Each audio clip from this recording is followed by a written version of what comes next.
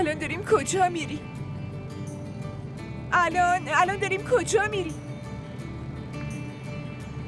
شیرینی عروسیمون.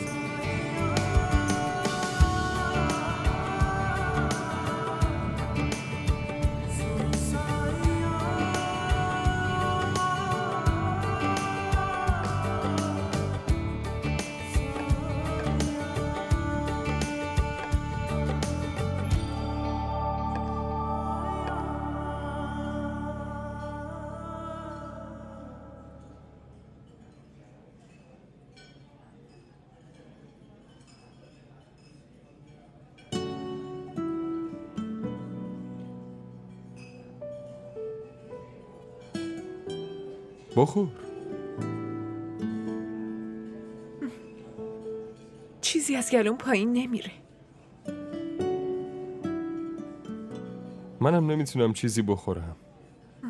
پس چرا اینقدر سفارش دادی؟ عروسیمونه ها.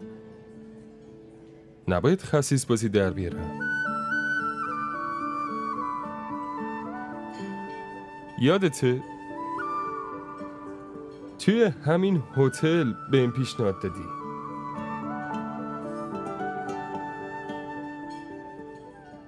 حالا باورت شد که ازدواج کردیم دیگه؟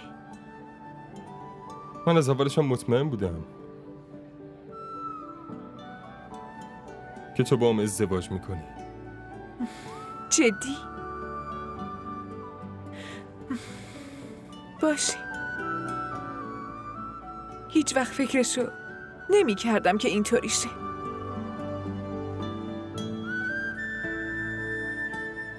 هوری، دیگه باید باور کنی. دیگه باید دوتامون باور کنیم که زن و شوهریم. حالا تو هم یه چیزی بخور دیگه، وگرنه قطارمون دیر میشه. به جز لباسی که از نیوشا گرفتم هیچی با خودم نیاوردم. مامانم تا خونه یه اونم میره. الان فکر کردی؟ ناراحت شدم و از خونه اومدم بیرون.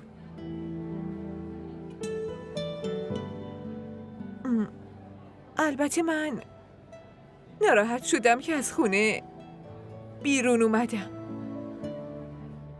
فرار نکردم. میدونی جمال، من از اون کارایی که دخترهای دیگه موقعی فرار کردن نکردم. مثلا پول برمیدارن، طلا برمیدارن، من هیچی بر نداشتم. حتی کارت پولم هم گذاشتم همونجا بمونه. کار خوبی کردم نه؟ دارم باهات حرف میزنم.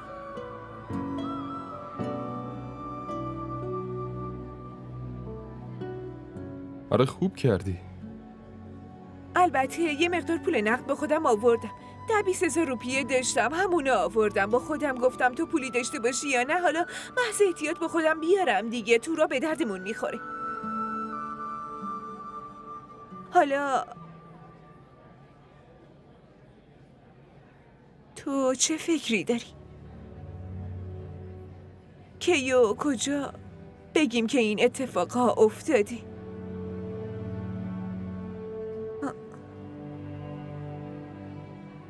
گوشیم هم خاموشه.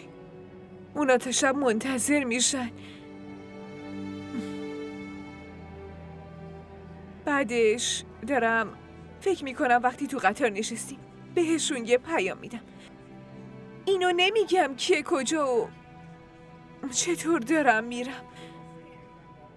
فقط اینو میگم که با تو هستم.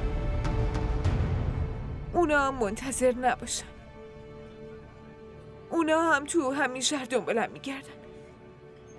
بعد وقتی رسیدیم اونجا یه ذره صبر میکنیم، بعد همه چی رو بهشون میگیم.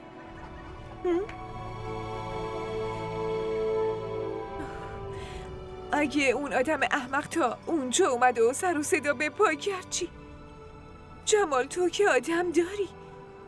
اون قیصر تو آدم داری دیگه نه؟ خود من تنها براش بسه.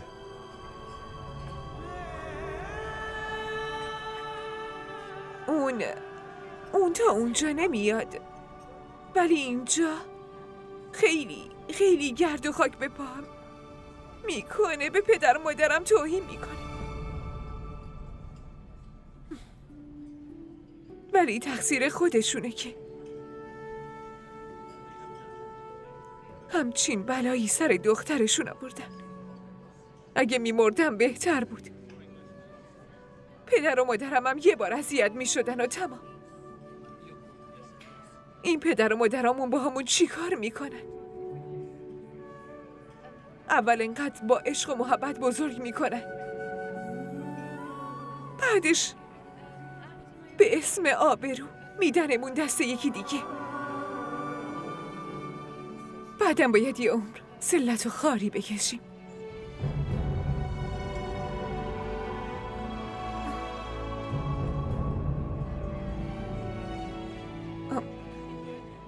واقعا ببخشید. شیرینی عروسیمونو خراب کردم. خب پس اگه اینا رو نمیخوری همه رو پک کنیم ها؟ تو را به دردمون میخوری. ما نمیریم. ما روستای من نمیریم.